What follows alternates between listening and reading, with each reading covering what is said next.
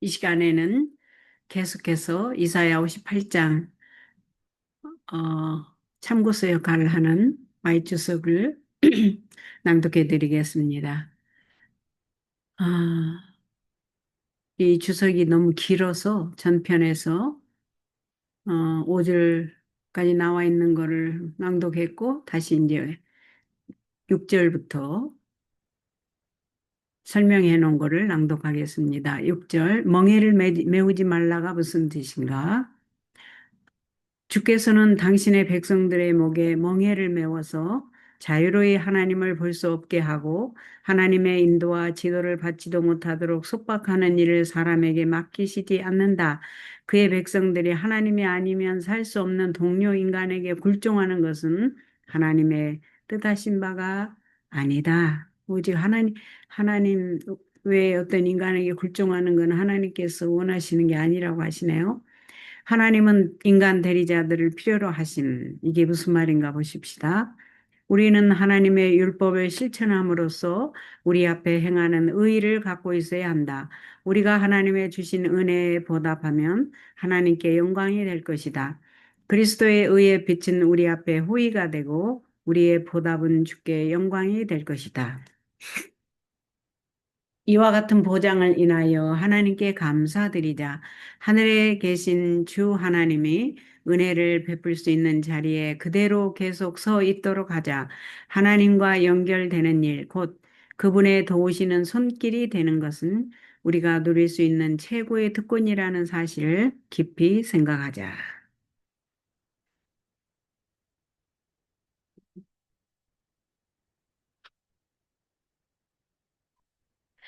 잃어버린 바 된 인류의 구속을 위한 하나님의 크신 계획에서 그분께서는 인간 대리자들을 그의 도우시는 손으로 쓰고자 하셨다. 인간의 마음을 움직이려면 인간의 돕는 손이 있어야 한다. 그분은 재빨리 기회를 포착하고 동료 인간을 위해서 무엇을 해야 할 것인가를 알아서 활동적으로 일하는 사람들의 협력이 필요하다.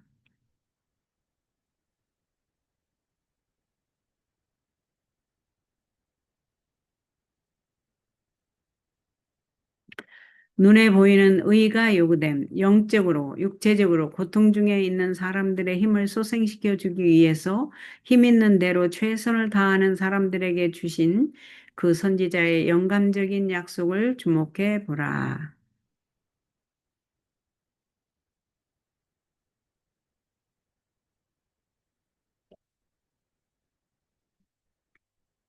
영적으로, 육체적으로 고통 중에 있는 사람들의 힘을 소생시켜 주기 위해서 힘 있는 대로 최선을 다하는 사람들에게 주신 그 선지자의 영감적인 약속을 주목해 보라.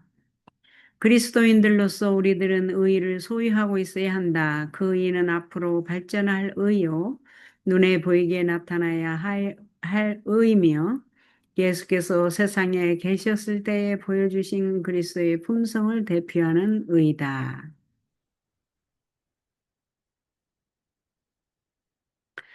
진정한 개혁자들의 특징들. 개혁자들이 되려는 사람들의 특징이 여기에 주어져 있다. 그들은 셋째 천사의 기별이라는 깃발을 들고 있을 것이다. 그들은 스스로 하나님의 계명을 지키는 백성들이라고 공언하는 사람들이요. 하나님을 영화롭게 하고 온 우주가 보는 앞에서 열렬하게 오래 황폐된 곳들을 세우는 일에 종사하는 사람들이다. 누가 그들을 가리켜 무너진 데를 수보하는 자라 길을 수축하여 거할 곳이 되게 하는 자라고 일컬었는가? 하나님이 그들을 그렇게 일컬으셨다. 그들의 이름은 하늘의 개혁자들, 수보하는 사람들로 적혀 있고 역대에 파괴된 기초를 쌓는 사람들로 등록되어 있다. 연민의 정으로 빛이 일어나게 함. 우리들 주변에는 고민하는 영혼들이 많다. 이런 영혼들을 찾아내어서 그들의 마음을 위로하기 위하여 때에 합당한 말을 해주자. 여기저기 그리고 사방에서 우리는 그러한 사람들을 발견할 것이다. 그들에게 언제나 신선한 온정의 물결이 흘러가게 할 수 있는 통로가 되자. 줄인 사람들과 고민하는 사람들의 필요를 공급해 주려고 봉사하는 사람들에게 어두워갈 때에 빛이 있으리라는 약속의 말씀이 있다.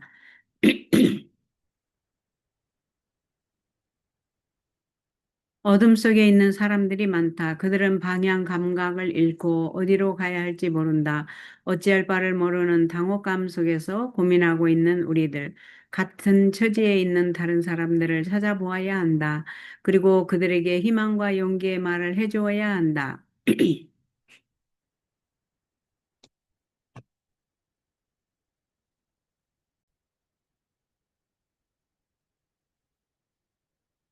그리고 그들에게 희망과 용기의 말을 해주어야 한다.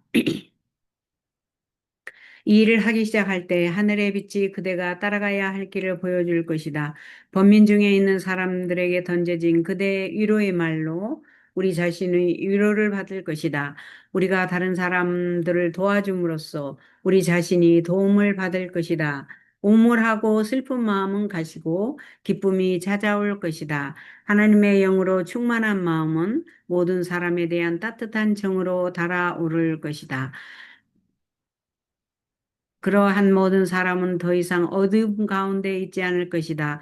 왜냐하면 그의 어둠이 낮과 같이 될 것이기 때문이다.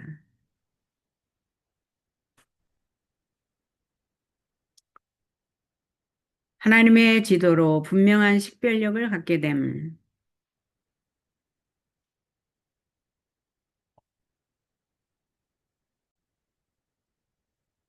하나님의 지도로 분명한 식별력을 갖게 됨. 다른 사람들을 축복하기 위하여 자신이 받은 축복을 활용하면서 영원한 생명의 길로 행하는 사람에 관해서 선지자 이사야는 나 여호와가 너를 항상 인도하여 마른 곳에서도 네 영혼을 만족해 하며 네 뼈를 견고케 하리니 너는 물된 동상 같겠고 물이 끊어지지 아니하는 샘 같을 것이라고 하였다. 우리는 이런 축복이 필요하다. 우리는 예수 그리스도로부터 흘러넘치는 생명수가 필요하다. 그 물은 우리 속에서 영생하도록 솟아나는 샘물이 될 것이다. 주께서 그대를 계속 인도하실 것이다. 우리가 주님의 인도를 받을 때 분명한 식별력을 갖는다. 의의를 불의라고 하지도 않을 것이요. 주께서 금하신 일을 옳다고 생각하지도 않을 것이다. 그리고 주께서 지금 어디에서 일하고 계신가를 이해할 것이다. 그것을 이해하지 못하는 사람들이 많이 있다. 원수에 의해서 길을 잃어버리는 사람들도 더러 있다는 것을 안다.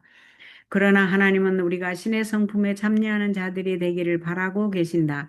그분은 우리의 목에 인간의 권위라는 멍에를 메우기를 원치 않으시고 우리가 구원하기에 능하신 그를 쳐다보기를 바라고 계신다. 의와 진리 가운데 계신 그는 자기에게 나오는 사람은 모두 다 최대한 구원하시려고 하신다. 우리는 원수와 장난하고 있을 시간이 없다. 이는 우리가 지상 역사의 끝에 매우 가까이 와 있기 때문이다.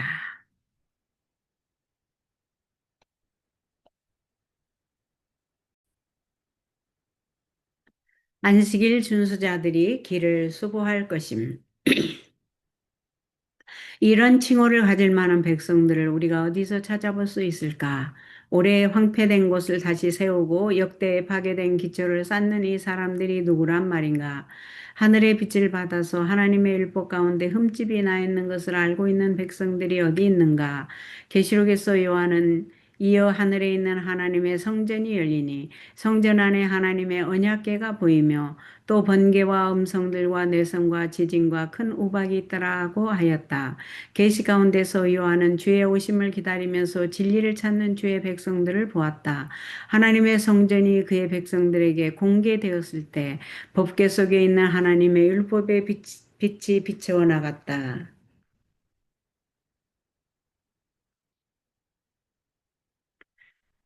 이 빛을 받은 사람들은 셋째 천사의 기별의 선포 속에서 그 빛을 보게 된다.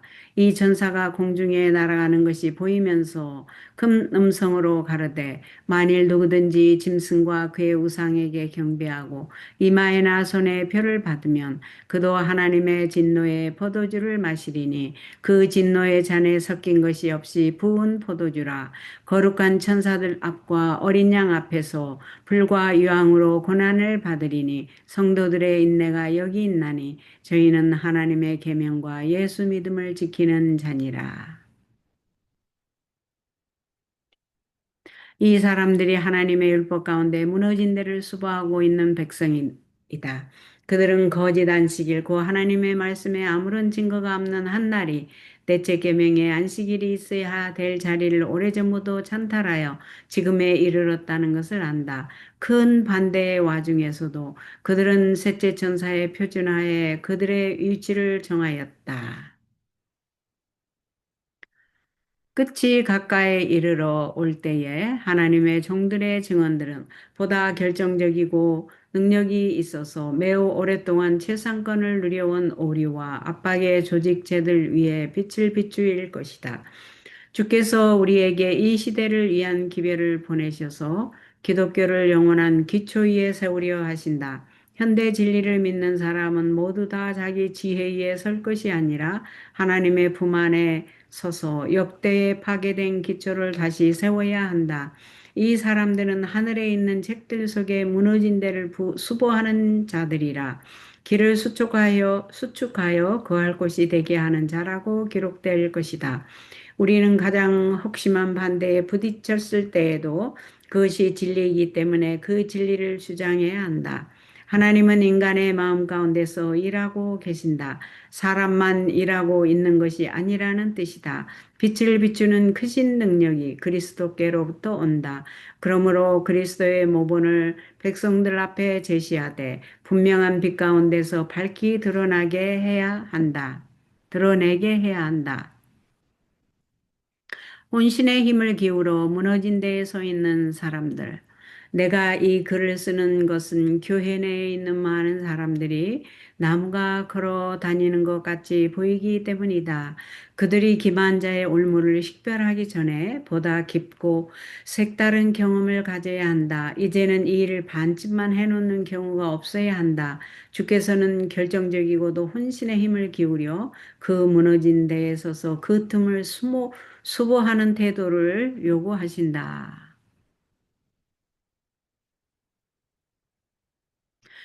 우리 교회 내에 있는 목사들은 모두 다 결정적인 증언을 해야 한다. 사람을 의존할 수 있는 분량이 얼마나 미미한가를 보여주기 위해서 하나님은 배도가 일어나도록 허락하셨다. 우리는 항상 하나님을 바라보아야 한다. 그의 말씀은 예하고 아니라 함이 없고 예와 아멘 뿐이다. 굉장히 길었는데 이사야 58장은 실제적인 우리가 해야 할 일을 말씀해 주시는 중에 어, 힘이 없고 가난한 자들을 돕는 일과 또한 하나님의 율법이 오류 가운데 전해진 오류 속에 있는 것을 수보하고 고치는 위치에 우리가 있는 것을 가르쳐 주셨네요. 중요한 어, 수보하는, 수축하는, 중보하는 그러한 위치를 말씀해 주셨습니다. 바른 성경으로 59장까지 오늘은 하고 마치겠습니다. 59장. 보아라, 여호와의 손이 짧아 구원하지 못하시는 것도 아니며 그분의 귀가 어두워서 듣지 못하시는 것도 아니다. 오직 너희의 죄악이 너희와 너희 하나님 사이를 갈라놓았고 너희의 죄가 그분의 얼굴을 가려 너희에게서 그분이 듣지 않으시는 것이니 이는 너희 손이 피로 너희 손가락이 죄악으로 더러워졌으며 너희 입술은 거짓을 말하고 너희 혀는 악독을 내뱉기 때문이다. 정의에 따라 소송하는 자가 없고 진실하게 판결하는 자도 없으며 그들은 헛된 것을 의지하고 거짓을 말하며 악을 잉태하고 죄악을 낳으며 5절을 읽겠습니다. 5절 독사의 알들을 품고 거미줄을 치니 그 알을 먹는 자가 죽을 것이며 그 알이 밟혀 터지면 독사가 나올 것이다. 어, 아주 흉악함이 예상됩니다. 그들의 짠 것으로는 옷을 만들 수 없고 그들이 만든 것으로는 자기를 덮을 수 없다. 그들의 행위는 죄악의 행위이고 그들의 손에는 포악한 행동이 있다. 그들의 발은 악을 위해 달려가고 무죄한 피를 흘리기에 신속하며 그들의 생각은 악한 생각이고 황폐와 파멸이 그들의 길에 있다. 8절 그들은 평강의 길을 알지 못하고 그들이 가는 길에는 공의가 없으며 그들 스스로 길을 굽게 만들므로 그 길로 걷는 모든 사람은 평강을 알지 못한다. 그러므로 공의가 우리에게서 멀고 의가 우리에게 미치지 못하니 우리가 빛을 바라나 어둠뿐이며 광명을 바라나 어둠 속을 걸을 뿐이다. 우리는 맹인같이 담을 더듬고 눈 없는 자처럼 더듬으며 우리가 대낮에도 황혼 때같이 넘어지며 원기 왕성한 사람들 가운데 있으나 죽은 사람과 같다.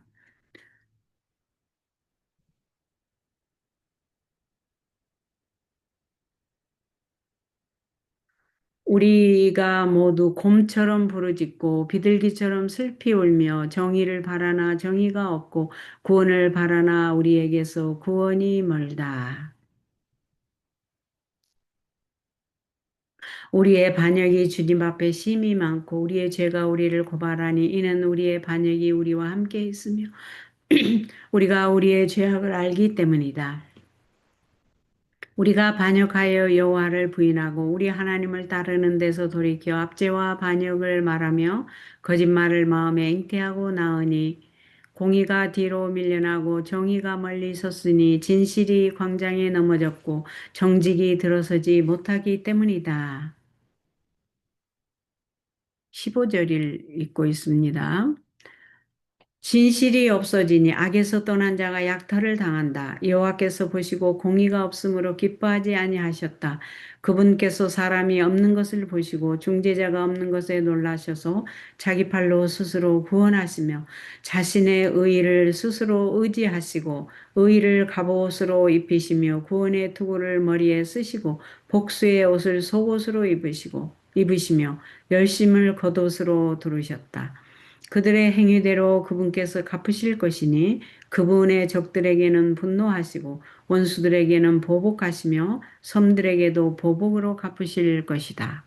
19절 그들이 서쪽에서 여호와의 이름을 두려워하며 해 뜨는 쪽에서 그분의 영광을 두려워할 것이니 이는 여호와의 바람으로 급히 흐르는 강물처럼 여호와께서 오실 것이기 때문이다.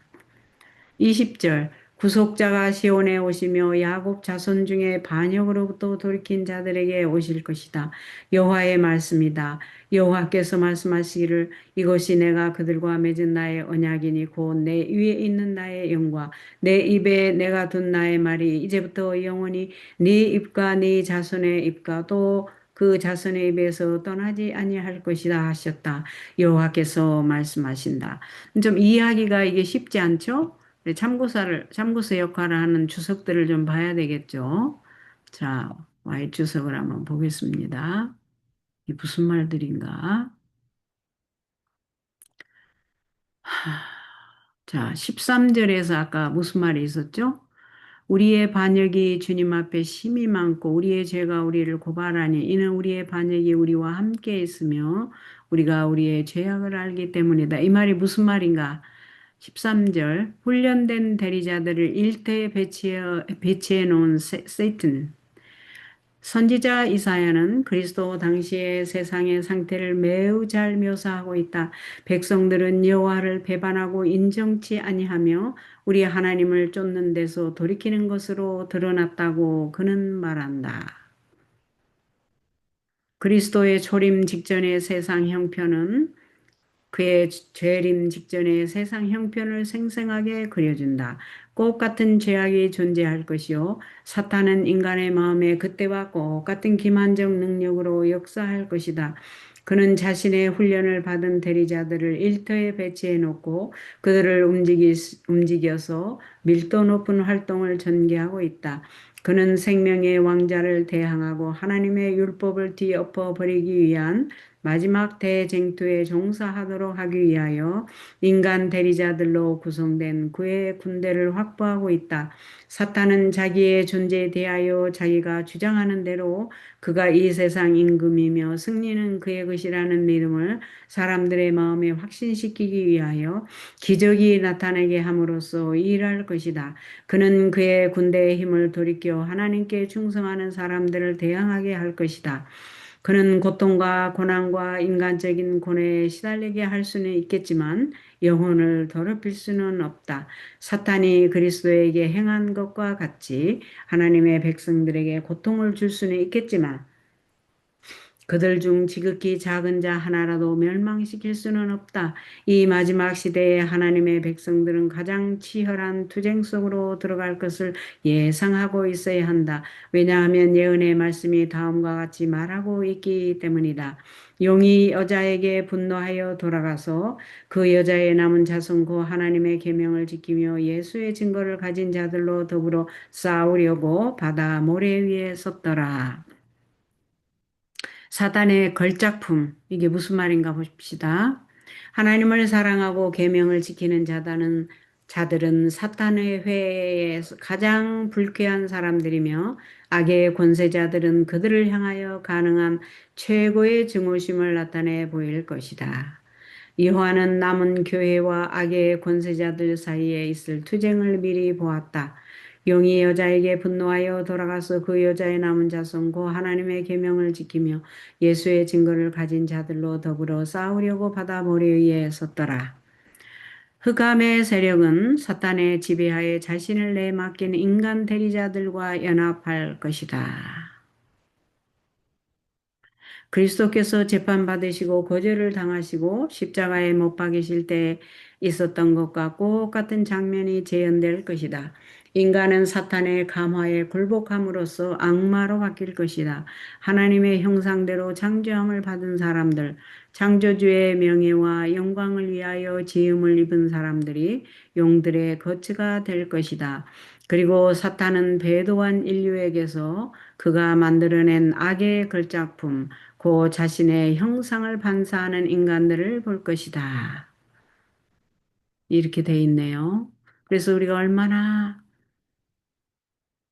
열심히 기도하고 하나님 말씀을 읽고 또 다른 사람을 위해서 중보기도 하고 정신을 차리고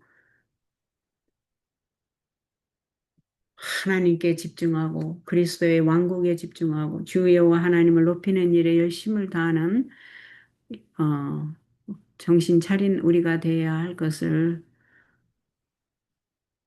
결심하게 됩니다. 오늘은 여기까지 하고 내일은 이사야 60장으로 가서 낭독을 해드리겠습니다. 오늘은 여기까지 하겠습니다.